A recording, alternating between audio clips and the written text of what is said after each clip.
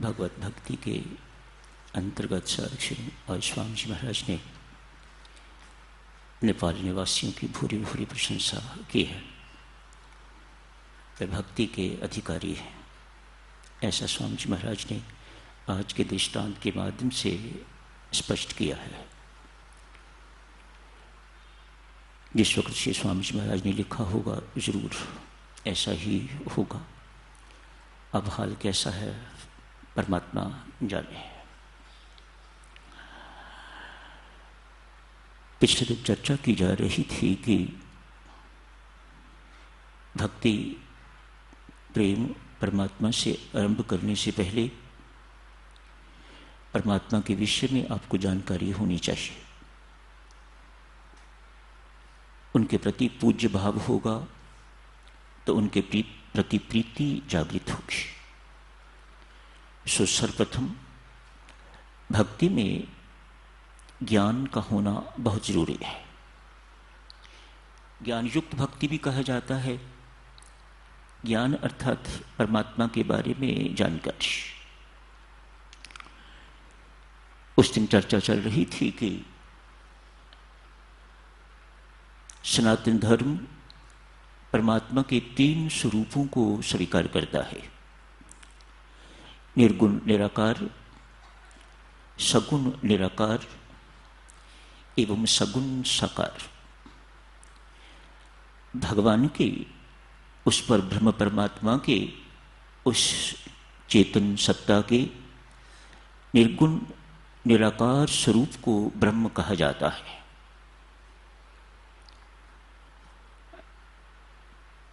उसी चेतन सत्ता के सगुण निराकार स्वरूप को ईश्वर, परमेश्वर, परमात्मा कहा जाता है।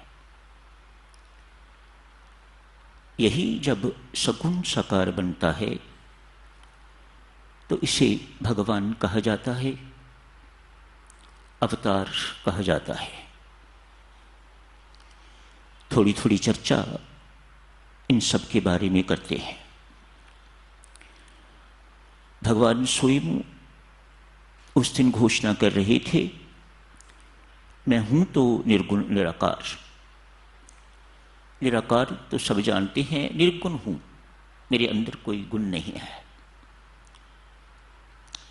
भगवान की भगवत्ता देखो देवी, सर्वगुण संपन्न होते हुए सारे जितने भी गुण आदमी सोच सकता है उन सब गुणों की खान होते हुए भी, स्रोत होते हुए भी भगवान अपने लिए घोषणा कर रहे हैं कि मैं निर्गुण हूं, मेरे अंदर कोई गुण नहीं है। तो किसी भक्त ने फिर प्रश्न कर दिया था, यदि आपके अंदर कोई गुण नहीं है तो फिर आपको सगुण क्यों कहा जाता है? प्रायः लोग आपको सर्वगुण संपन्न कहते हैं, आपसे गुण मांगते हैं, हमें क्षमा का गुण दीजिए, विनम्रता का गुण दीजिए, श्रद्धा दीजिए, विश्वास दीजिए। ये सारे के सारे गुण आप जी से मांगे जाते हैं। आपके पास होंगे तभी मांगे जाते हैं ना। भगवान बड़ा सुंदर उत्तर देते हैं। प्रियतम परमात्मा कहते हैं, भाई मैंने अर्ज करी ना, मैं हूं तो निर्गुण, मेरे अंदर कोई गुण नहीं है। पर जहां प्रीति हुआ करती है, जिसके साथ प्रेम हुआ करता है, उसके अंदर गुण ना होते हुए भी गुण ही गुण दिखाई देते हैं। मेरी हालत भी यही है।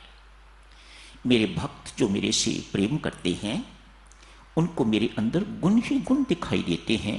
ये उनका बड़प्पन है, ये उनके प्रेम का चिन्ह है। बहुत सुंदर उत्तर दिया परमात्मा ने। आगे बढ़ते हैं। निर्गुण निराकार केवल वेदांत मानता है। भगवान निर्गुण हैं, वेदांत के अतिरिक्त और कोई नहीं मानता। हम क्या मानते हैं? हम वेदांती नहीं हैं। हम क्या मानते हैं? या जो वेदांती नहीं हैं, जो निराकारवादी हैं, जो ईश्वरवादी हैं, जैसे सनातन धर्म, आर्य समाज, मुस्लिम, ईसाई, पारसी, ज्यूज, ये सब के सब ईश्वरवादी हैं, निराकारवादी भी हैं। ये परमात्मा के साकार रूप को नहीं मानते। सब के सब ईश्वरवादी हैं, लेकिन निराकारवादी हैं। परब्रह्म परमात्मा अपने रूप में, अपने संदर्भ में तो निर्गुण निराकार है, लेकिन सृष्टि के संदर्भ में वह सगुण निराकार बन जाता है। कैसे? जैसे एक व्यक्ति है, पिता के संदर्भ में वह पुत्र है, पुत्र के संदर्भ में वह पिता है, पत्नी के संदर्भ में वह पति है, बहन के संदर्भ में वो भाई है, व्यवसाय में वह वकील है, व्यवसाय के संदर्भ में कोई वकील है, कोई अध्यापक, कोई अध्यापिका, कोई प्रिंसिपल, कोई डॉक्टर, कोई बिजनेसमैन, इत्यादि इत्यादि। ये संदर्भ सारे के सारे देवियों सज्जनों हटा दिए जाएं तो शेष व्यक्ति ही रह जाता है। ठीक इसी प्रकार से जिस प्रकार ये हुआ है, इन संदर्भों के कारण एक ही व्यक्ति अनेक प्रकार के गुण धारण कर लेता है। कहीं पिता बन गया, कहीं पुत्र बन गया, कहीं दुकानदार बन गया, कहीं डॉक्टर बन गया, कहीं ससुराल गया है तो जमाई बन गया, इत्यादि इत्यादि। ये सारे के सारे गुण उपाधियां उसके साथ लग जाती हैं। ठीक इसी प्रकार से साधकजनों, सृष्टि के संदर्भ में वही निर्गुण निराकार सत्ता, वही चेतन सत्ता सगुण निराकार बन जाती है। उसे तब परमेश्वर कहा जाता है, ईश्वर कहा जाता है, परमात्मा कहा जाता है। भारत सरकार का उदाहरण लीजिए, सगुण है, निराकार है। जो निराकार होगा वह व्यापक भी होगा। भारत सरकार यहां भी है तो रोहतांग की पहाड़ी के शिखर पर भी है। यहां दिल्ली जैसी थिकली पॉपुलेटेड जगह पर भी भारत सरकार है, तो निर्जन जंगलों में भी भारत सरकार है।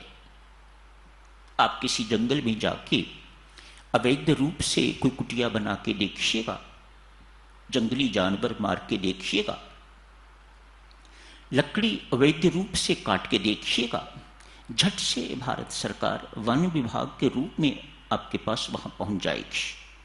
तो भारत सरकार निराकार व्यापक, यहां भी भारत सरकार, वहां भी भारत सरकार, कहां भी भारत सरकार। भारत सरकार का अर्थ मात्र प्रधानमंत्री नहीं, ये तो बदलते रहते हैं। भारत सरकार चाहे बीजेपी की है, चाहे कांग्रेस की है, चाहे मिश्रित है, भारत सरकार ही रहेगी और रहती है। उसे कोई फर्क नहीं पड़ता कि मुझे किन के माध्यम से काम लेना है। आज एक प्रधानमंत्री के माध्यम से काम ले रहे हैं, सत्ता बदलती है, दूसरा प्रधानमंत्री भारत सरकार को मिल जाता है। भारत सरकार प्रधानमंत्री, राष्ट्रपति या सरकार शून्य नहीं रहा करती, से मिल जाती है। ये भारत सरकार का जिस प्रकार से सगुण निराकार रूप है, ठीक इसी प्रकार से सगुण निराकार परमेश्वर का रूप है। साधकजनों, हमारे सिवा जो तीसरा रूप है, मुस्लिम, ईसाई, ज्यूज, पारसी इत्यादि, जो हम मानते हैं सगुण साकार रूप धारण करता है परमात्मा, विशेष कारणों से, विशेष परिस्थितियों में वह स्वयं अवतरित होता है, तो हम उन्हें अवतार कहते हैं। हमारे अतिरिक्त और कोई इस बात को मानता नहीं है। वे क्या कहते हैं? वे कहते हैं नहीं, मैं स्वयं नहीं आता, वह पैगंबर भेजता है, वह दूत भेजता है, वह अपने प्यारे पुत्र को भेजता है। हम कहते हैं जो आप कहते हो ठीक है, हम स्वीकार करते हैं। हिंदू धर्म है ना, सनातन धर्म है ना, किसी का तिरस्कार करना तो सीखा ही नहीं है। ये हमारी संस्कृति की महानता है। हम मानते हैं, हां, पैगंबर भी भेजते हैं, दूत भी भेजते हैं, परमात्मा अपने प्रिय पुत्र को भी भेजते हैं। संतों महात्माओं को परमात्मा के पूत कहा जाता है और परमात्मा से कहते हैं यदि संत महात्मा ना होते तो तू निपूत होता, तू बिना पुत्रों के होता। पुत्रियां तो होती लेकिन तू बिना पुत्रों के होता। संतों महात्माओं को परमात्मा के पूत कहा जाता है, सपूत कहा जाता है, पुत्र कहा जाता है। लेकिन ऐसा नहीं है। यदि वह विशेष परिस्थिति में पैगंबर भेज सकता है, दूत भेज सकता है, अपना पुत्र भेज सकता है, तो समय आने पर वह स्वयं भी आ सकता है। ये हमारी मान्यता है। भगवान श्री कृष्ण, भगवान श्री राम, नरसिंह भगवान, ये सब के सब अवतार हैं।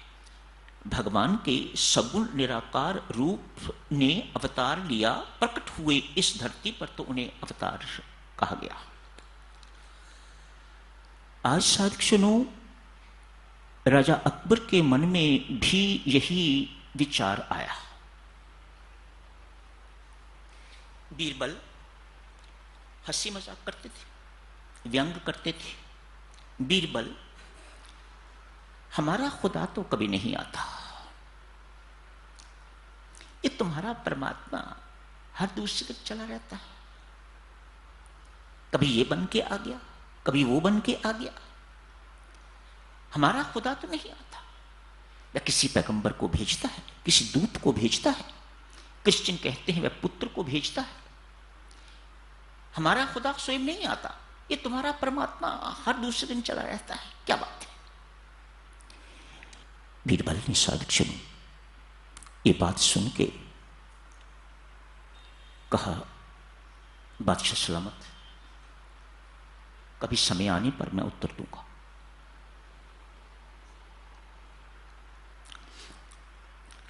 बीरबल साधुजनों बेशक भक्त नहीं था। तुलसीदास जी हमेशा बहुत रिग्रेटफुल थे बीरबल के लिए। इतना बुद्धिमान व्यक्ति, उसने अपनी बुद्धि को परमेश्वर की प्राप्ति के लिए नहीं लगाया, इसलिए किसी काम का नहीं, इसलिए किसी काम का नहीं। वह बुद्धि किस काम की जो बुद्धिदाता से दूर कर दे। ऐसी बुद्धि फटकारने योग्य, दुत्कारने योग्य। बुद्धिहीन व्यक्ति अच्छा। तुलसीदास की मान्यता। बीरबल के लिए हमेशा ऐसा ही कहा करते हैं। उनकी देन तो बहुत है। आज राजा अकबर को देखें किस प्रकार से वह स्पष्ट करता है ये क्या होता है। आज एक योजना बनाई है। योजना के अनुसार राजा का परिवार, नवजात शिशु, पूरा परिवार आज यमुना जी के सैर के लिए जा रहे हैं। बीरबल की योजना है। राजा अकबर प्राय माना करते, जो भी वो कहता वह मान जाते। अनेक सारी नौकाएं किनारे पर खड़ी हैं। राजघराना, कुछ बड़े बड़े लोग विभिन्न नौकाओं में बैठ गए हैं।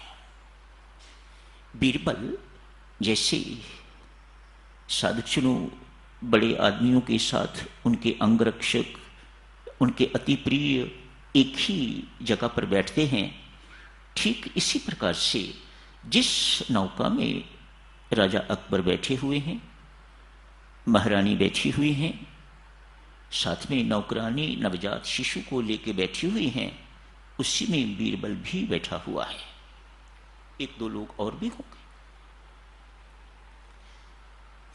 जिस महिला ने नवजात शिशु को उठाया हुआ है, उसे ठीक सब कुछ बीरबल ने समझाया हुआ है, तुम्हें क्या करना है। वह नवजात शिशु बड़े राजघराने के कपड़े उसे पहनाए हुए हैं। जो कुछ भी जैसे भी ये बन के रहते होंगे राजघराने वाले लोग, उनको पूरा राजकुमार, नन्हा राजकुमार बनाया हुआ है। समय हो गया है साधक, परसों कर लेंगे इस चर्चा को। बहुत सुंदर बात करने जा रहे हैं। अरे बीरबल कहते अरे क्या कर दिया। देखते ही देखते जिस महिला ने बादशाह के नवजात शिशु को उठाया हुआ है, उसे पानी में फेंक दिया, यमुना में। शेष चर्चा परसों कर लेंगे।